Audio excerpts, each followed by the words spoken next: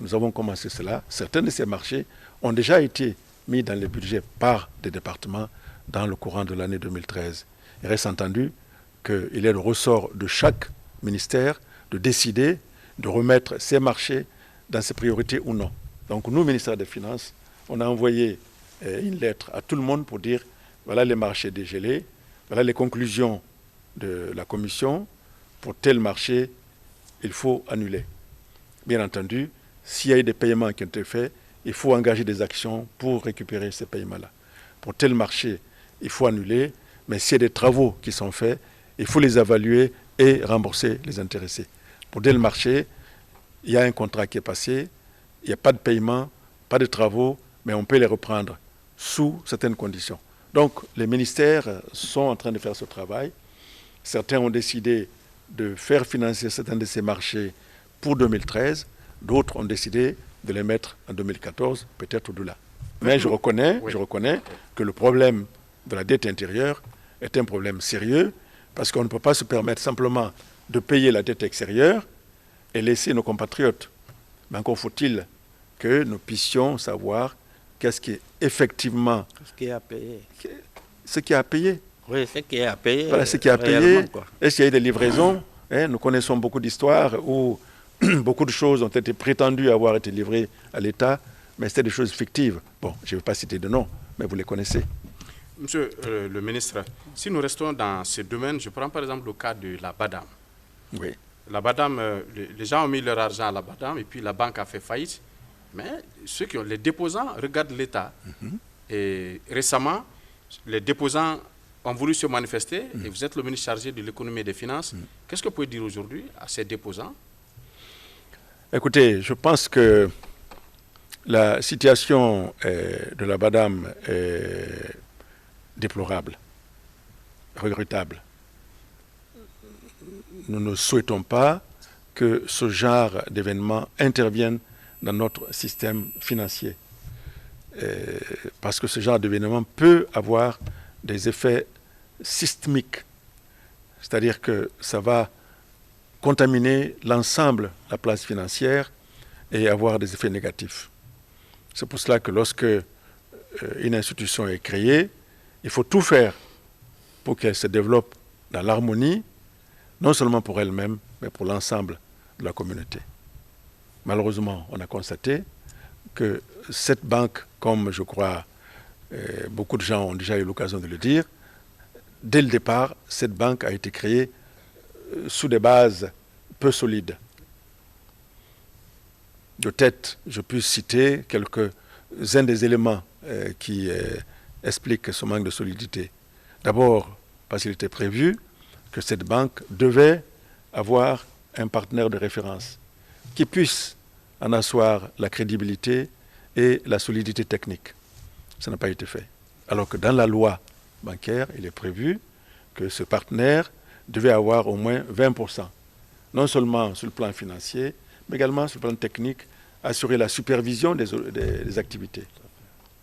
Deuxièmement, l'État, c'était à l'époque que nous connaissons, s'était engagé à participer au financement. Au moins à 50%.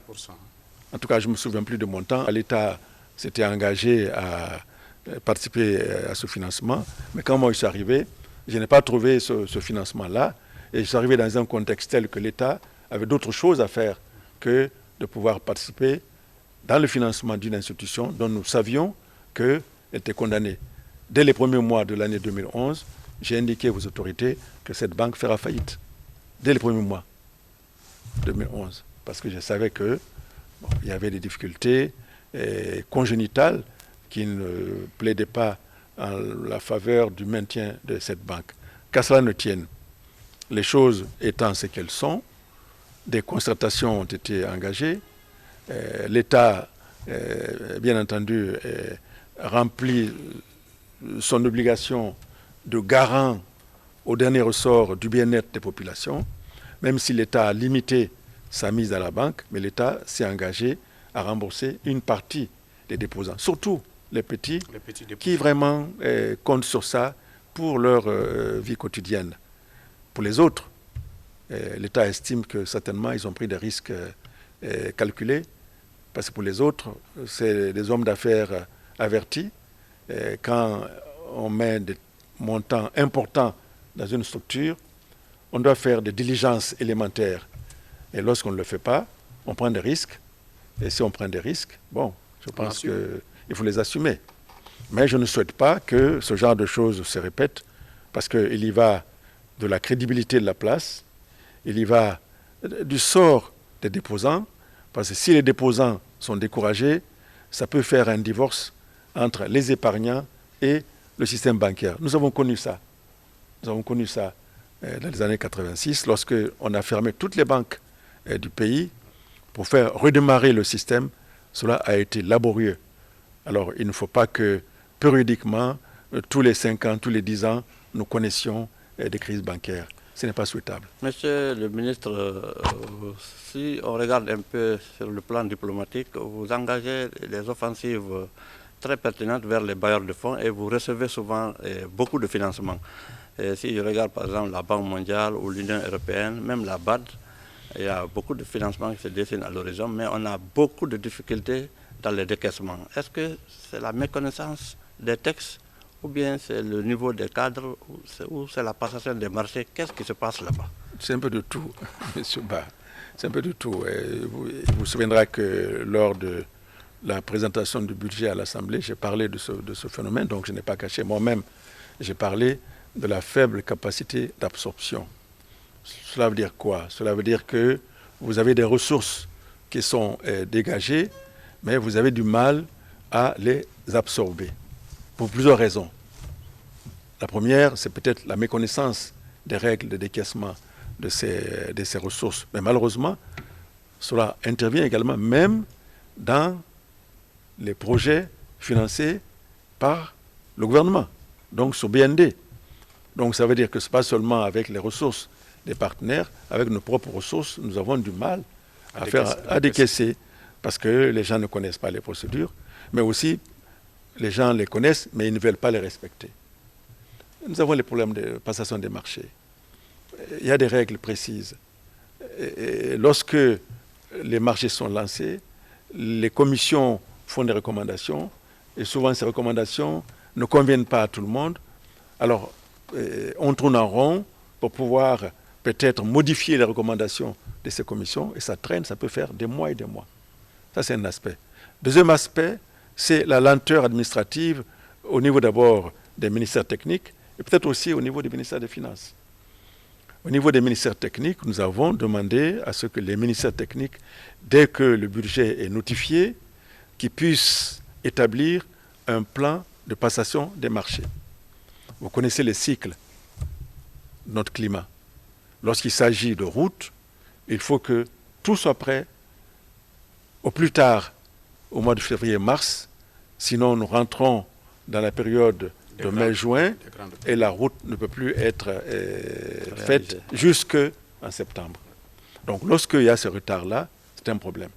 L'agriculture, la même chose. Il faut que les priorités soient dégagées assez rapidement, que les plans de passation des marchés soient élaborés, communiqués au ministère de l'économie et des finances, au ministère délégué au budget, pour que le ministère délégué au budget mette cela sur la chaîne et que maintenant, elle sache que dans tel mois, il y aura tel marché qui sera passé, donc c'est tel montant qui doit pouvoir être débloqué. Donc c'est toute une machinerie extrêmement complexe. On a dit que on va dépenser pour l'année 12 000 milliards de francs guinéens, mais comment on y arrive?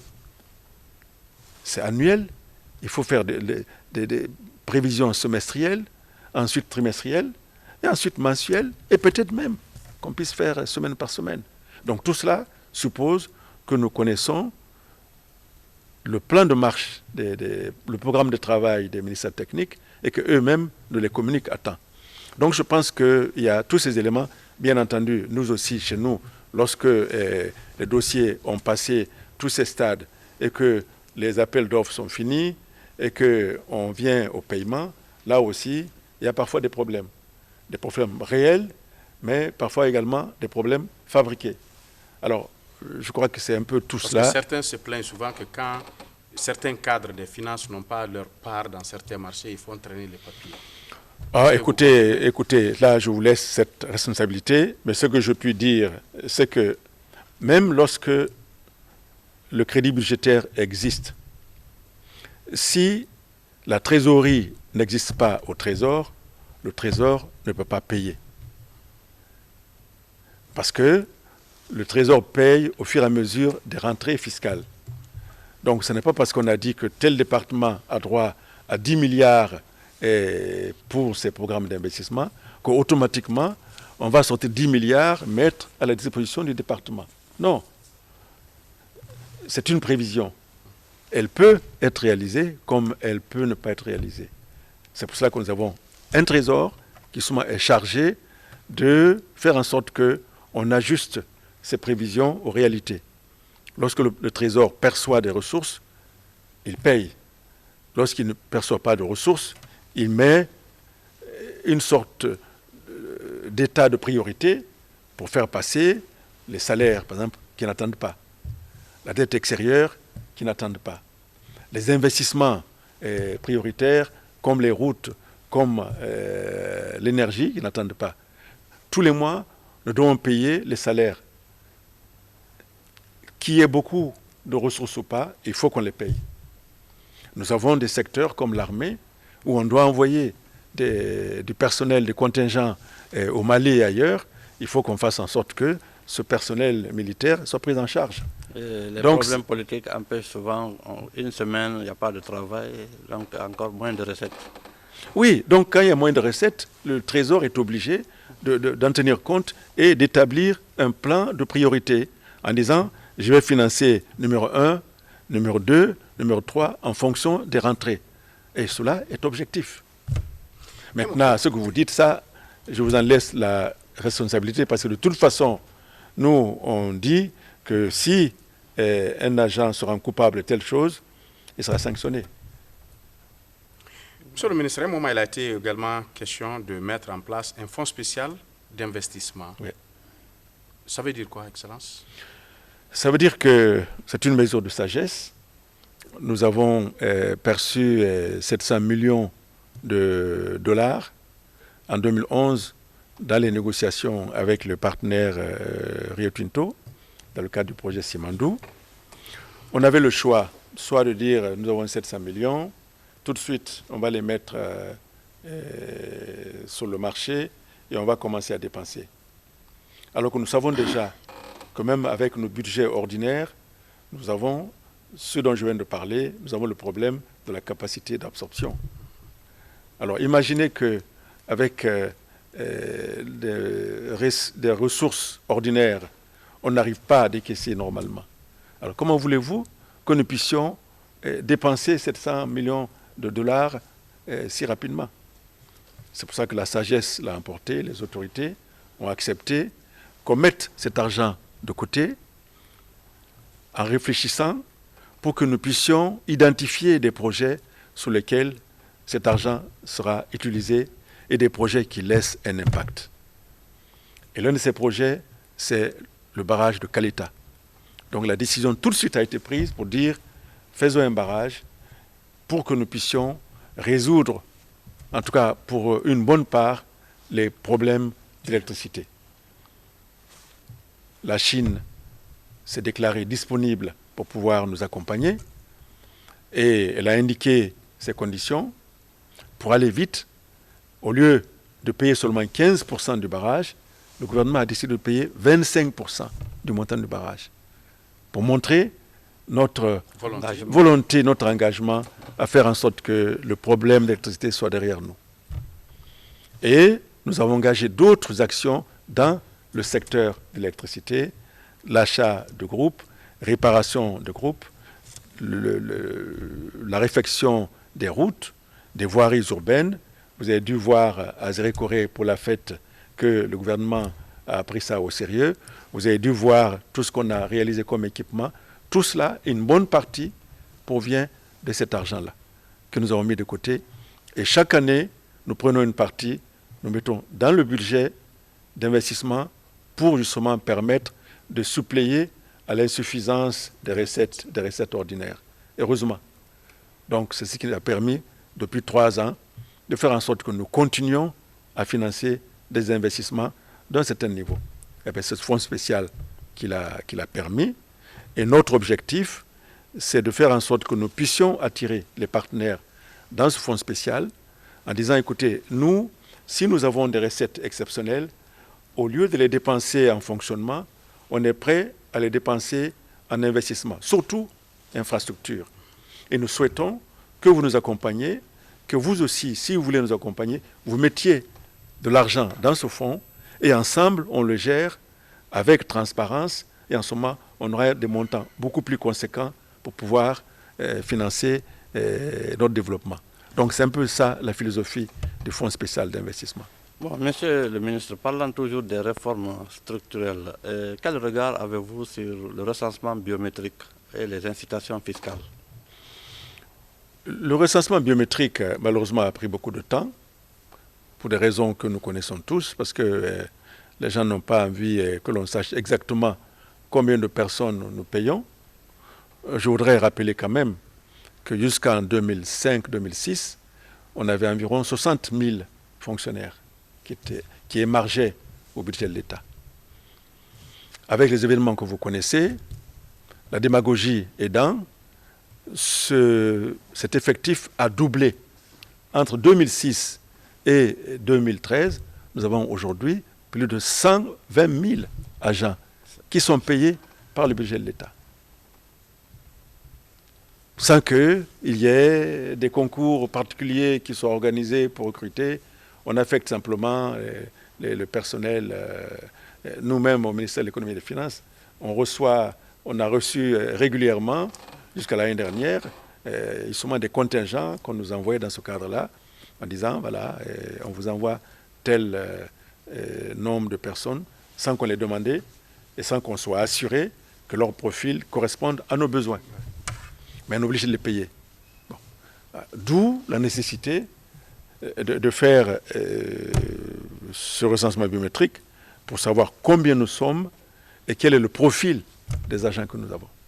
Vous le savez, beaucoup de personnes sont entrées dans la fonction publique avec une hiérarchie que vous connaissez, peut-être C ou peut-être même D, mais qui aujourd'hui, par différents subterfuges, se sont retrouvés à la hiérarchie A, avec un coût pour l'État.